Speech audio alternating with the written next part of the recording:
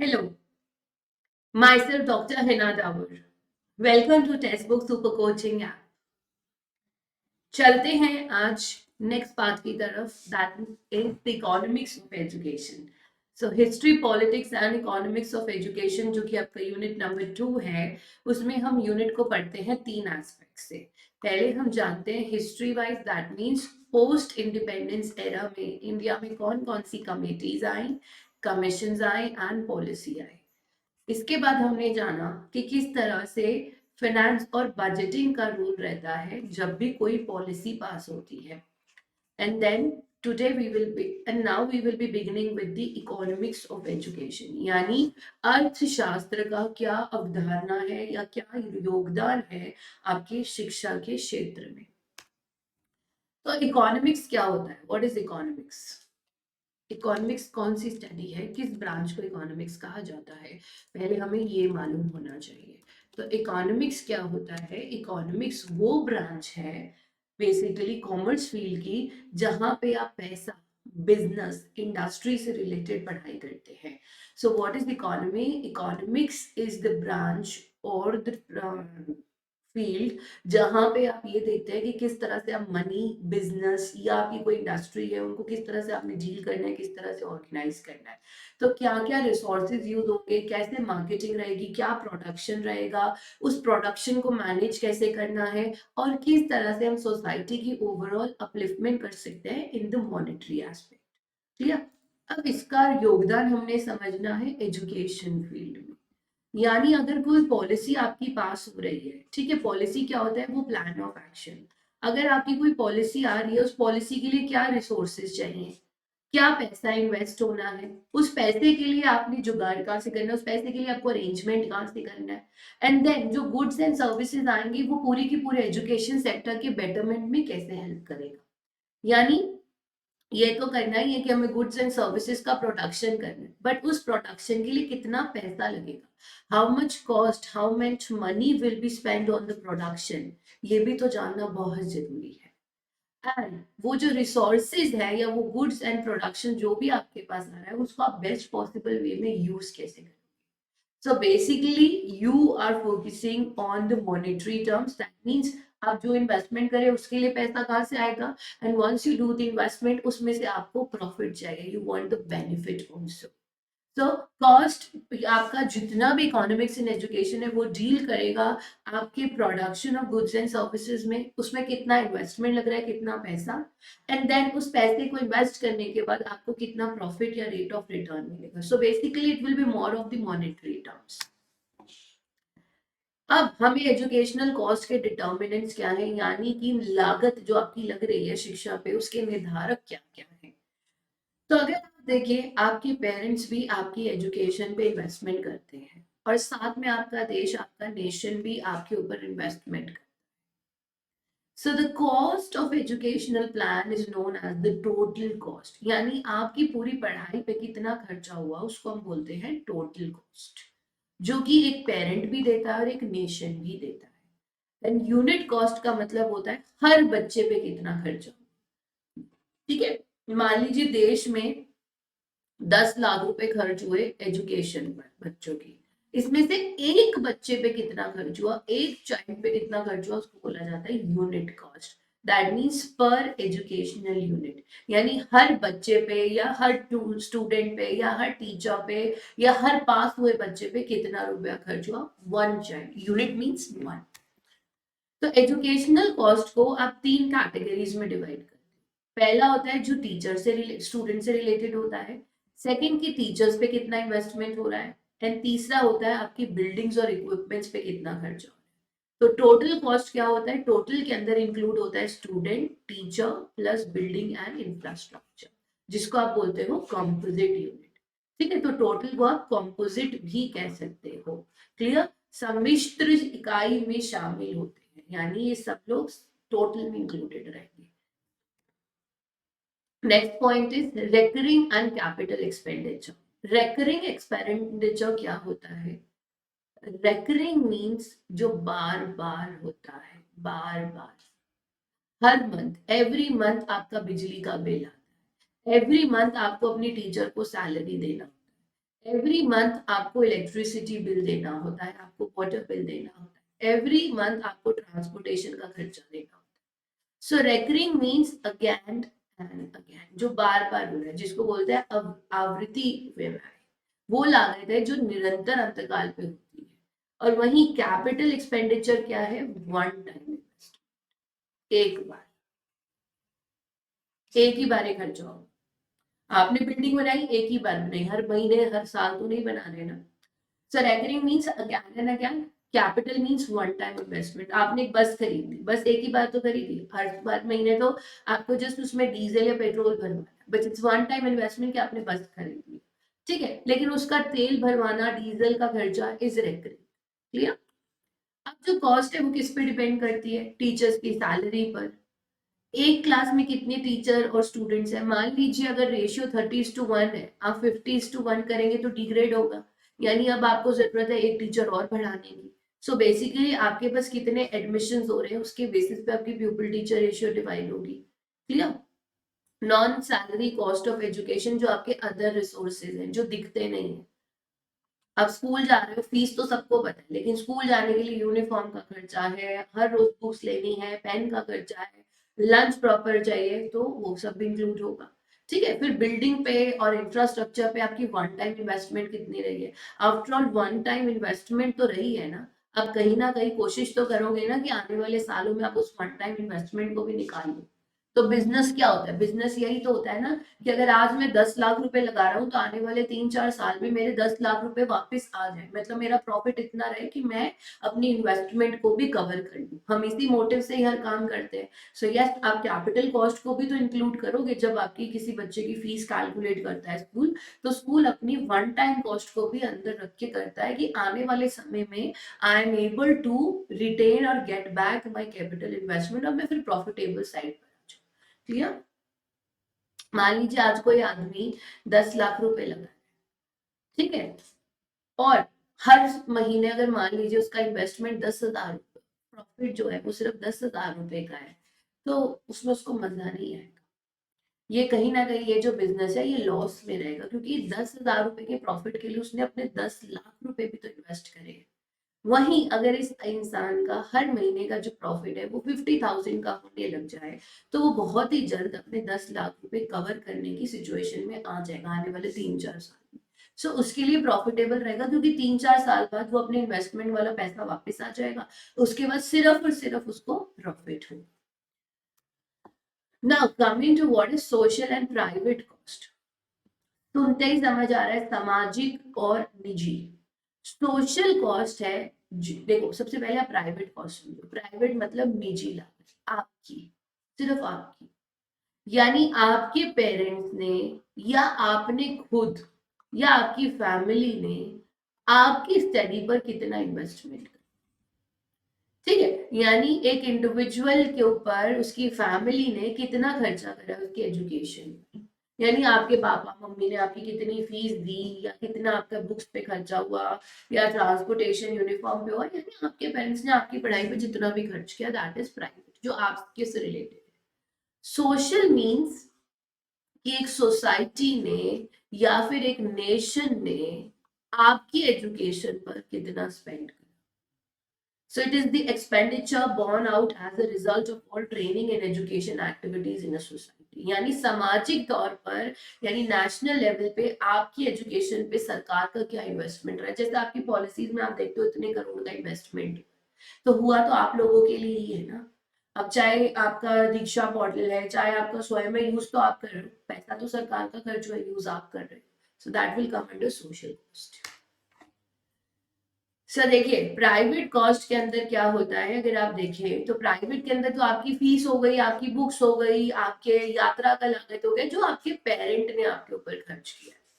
वही social cost क्या हो गई कि जो स्कूल ने आपके ऊपर इन्वेस्टमेंट किया, टीचर्स की सैलरी दी, जो सरकार ने डिवाइसेस बनाई जिनका आप प्रयोग कर रहे हैं, जो स्कूल वाले रेंट्स देते हैं। ठीक है, हर स्कूल तो अपना सेल फोन नहीं होता, तो गवर्नमेंट को रेंट भी देना पड़ता है। So all that will come under social cost, यानी समाज जो खर्चा कर रहा है, that means basically your nation, और you can say your society का investment on the education. Clear?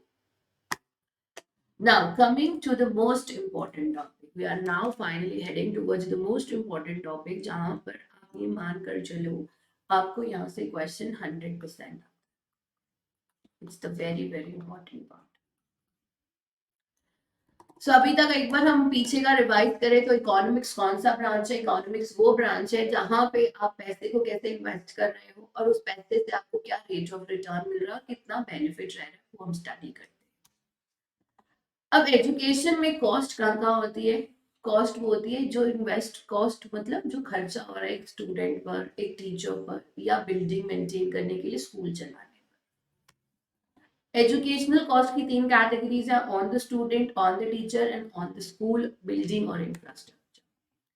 Recurring cost कौन सा होता है? जो खर्चा बार बार हो रहा है, every month, like your teacher salary, your fees. वही कैपिटल एक्सपेंडिचर कौन सा होता है? वन टाइम इन्वेस्टमेंट, जैसे बिल्डिंग बना ली, बस खरीद ली। सो ओवरऑल खर्चे क्या क्या है? टीचर की सैलरी हो गई, बच्चों का इन्वेस्टमेंट हो गया, स्कूल का खर्चा हो गया, स्कूल का पेंट वगैरह हो गया, बसेस हो गई, ठीक है। सोशल कॉस्ट क्या होता है? जो नेशन या फिर एक समाज आपकी एजुकेशन पे करता है। और प्राइवेट क्या होता है? जो एक इंडिविजुअल अपनी एजुकेशन पे कर रहा है या उसके पेरेंट्स का। अब आ जाइए cost benefit and cost effective analysis. यानी वेरी शॉर्ट में इसको समझिए। आपने कहा कि इकोनॉमिक्स वो ब्रांच है जो इन्वेस्टमेंट की बात करती है और उस इन्वेस्टमेंट से आए हुए प्रॉफिट की बात करती है। तो प्रॉफिट आएगा कैसे? जब प्रॉफिट आएगा उसको आप कहेंगे कॉस्ट बेनिफिट। यानी आपको इकोनॉमिक बेनिफिट्स क्या हो रहे हैं after investment, your profit, monetary profit, यानी पैसे में प्रॉफिट बताओ, बाकी सब छोड़ो। तो कॉस्ट बेनिफिट वो आपके डायरेक्ट बेनिफिट्स होते हैं प्रॉफिट की फॉर्म में, मॉनेटरी फॉर्म्स में। कि अगर मैंने आज 1 लाख रुपया लगाया है तो मुझे 2 लाख रुपए की आमदन होनी चाहिए। दैट मीन्स 1 लाख रुपए मेरा प्रॉफिट हो गया। ठीक है, ये तो हो गया आपका डायरेक्ट जो दिख रहा है फायदा। कॉस्ट इफेक्टिवनेस है इनडायरेक्ट बेनिफिट, इनडायरेक्ट। यानी आप इन्वेस्टमेंट से कितने खुश हैं, कितने सेटिस्फाइड हैं। आपको एक अच्छा जॉब मिला, आपका 10,000 रुपया तनख्वाह भी ज्यादा है, आप बहुत अच्छी बात है, ठीक है। लेकिन उस जॉब में आपको रोज सुनाया जाता है, क्रिटिसाइज किया जाता है, आपका मजाक उड़ाया जाता है, तो आपका वहां मन नहीं लगेगा, भले सैलरी कितना अच्छा।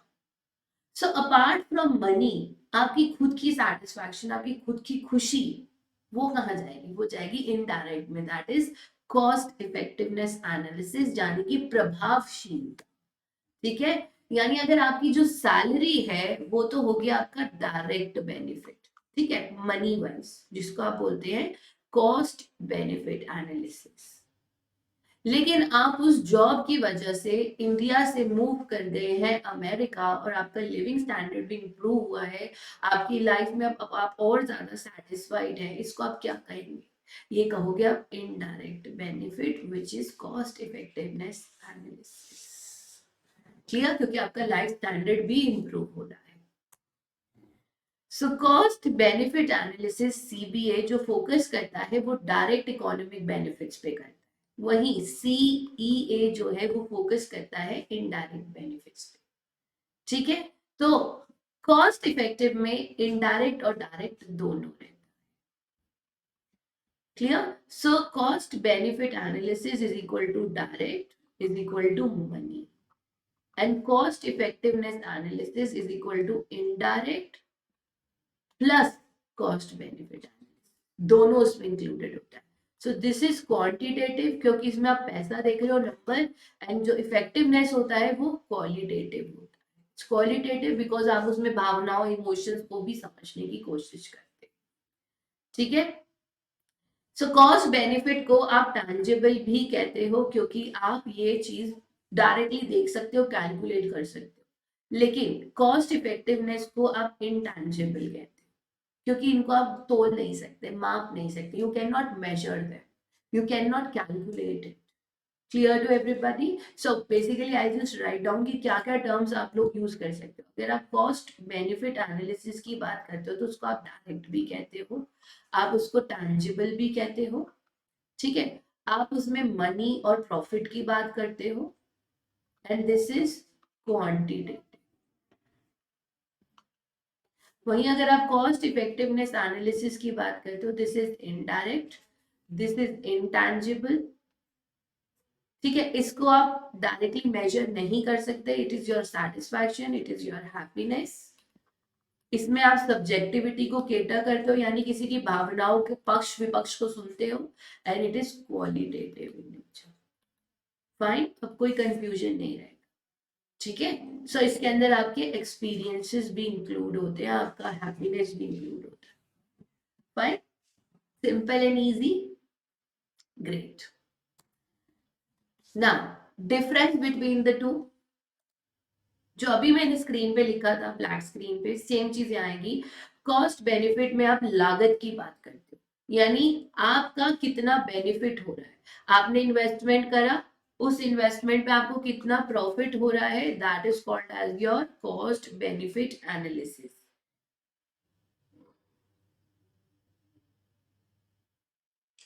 वही कॉस्ट इफेक्टिवनेस एनालिसिस क्या है? कॉस्ट इफेक्टिवनेस एनालिसिस का मतलब है कि आप उसके कॉन्सिक्वेंस से कितने satisfied, that means your satisfaction level. Clear? So cost benefit focus करता है मॉनेटरी पे, और कॉस्ट इफेक्टिवनेस करता है नॉन मॉनेटरी, यानी कि आपके क्वालिटेटिव एस्पेक्ट्स पे, सेटिस्फैक्शन और हैप्पीनेस। कॉस्ट मॉनेटरी में ही कैलकुलेट होते हैं, यानी आप यहाँ फोकस करते हो प्रॉफिट पे और पैसे पे। यहाँ जो फोकस है वो फोकस है सब्जेक्टिविटी। सो ये क्वांटिटेटिव इन नेचर होता है, ये बोथ क्वालिटेटिव एंड क्वांटिटेटिव होता है, क्योंकि सीए में इंक्लूडेड होता है कॉस्ट बेनिफिट एनालिसिस। फाइन, तो यहाँ पे नेट गेन या लॉस कैलकुलेट किया जाता है, यहाँ पे आपकी सेटिस्फैक्शन, आपकी हैप्पीनेस को स्टडी किया जाता है। वेरी सिंपल, ये आपके पास आ चुका है, सो आपको कोई टेंशन की बात नहीं। It's very important from exam point of view.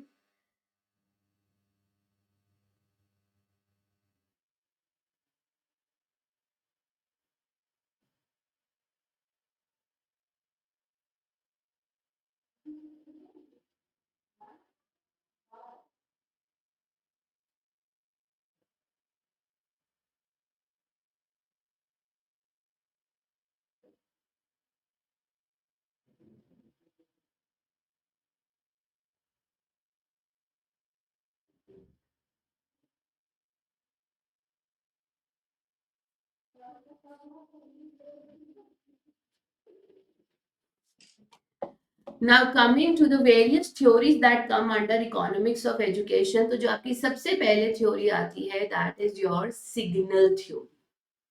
Signal theory क्या कहती है?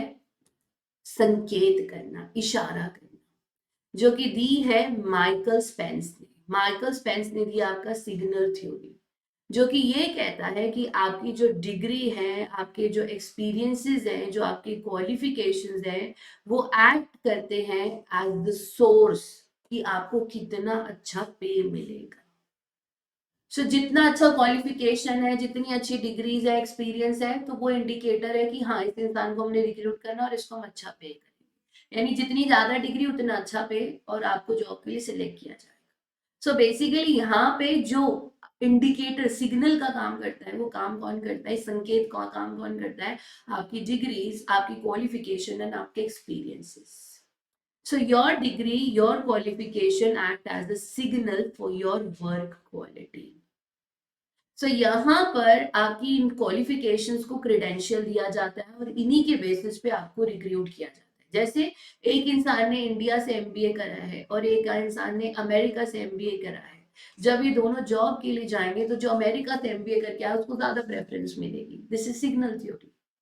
क्लियर? बिकॉज हम ये मानेंगे कि उसने बेटर जगह से करा है, उसकी नॉलेज ज्यादा होगी, तो हम उसको रिक्रूट करने में प्रेफरेंस देंगे। वहीं एक इंसान ने अगर नेट क्लियर करा है, ठीक है, और एक इंसान के पास नेट नहीं है, उसके पास सिर्फ एमएड और वो पीएचडी में भले ही इनरोल्ड है, लेकिन इसने नेट क्लियर किया, हम इसको पहले प्रेफरेंस देंगे, क्योंकि हम ये मानेंगे इसके पास ज्यादा नॉलेज है। This is called as your signal theory.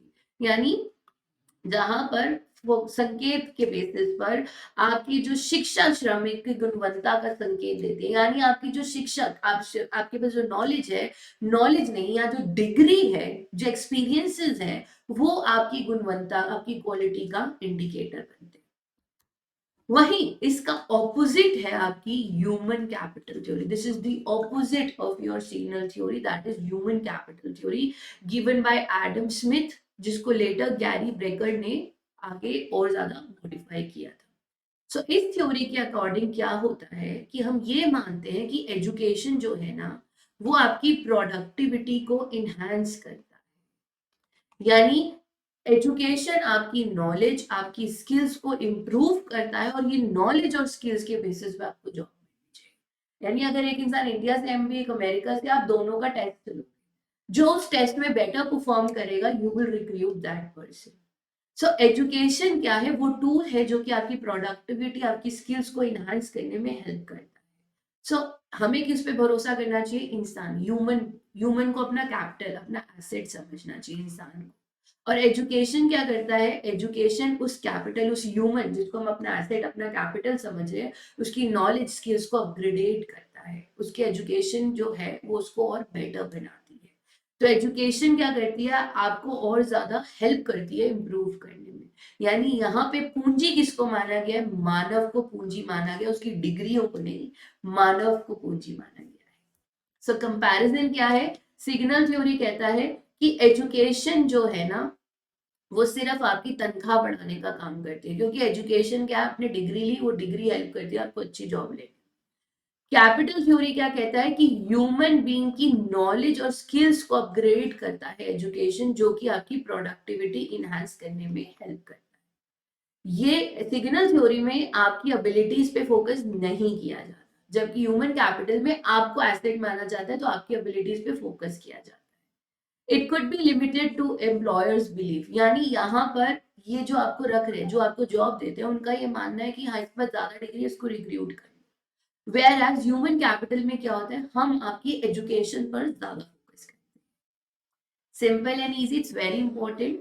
So with this we end, and if you have any doubts, you can ask me in the app, you can even ask me in the live doubt section, you can even ask me on the Telegram. Thank you. Keep learning. Take care. God bless you.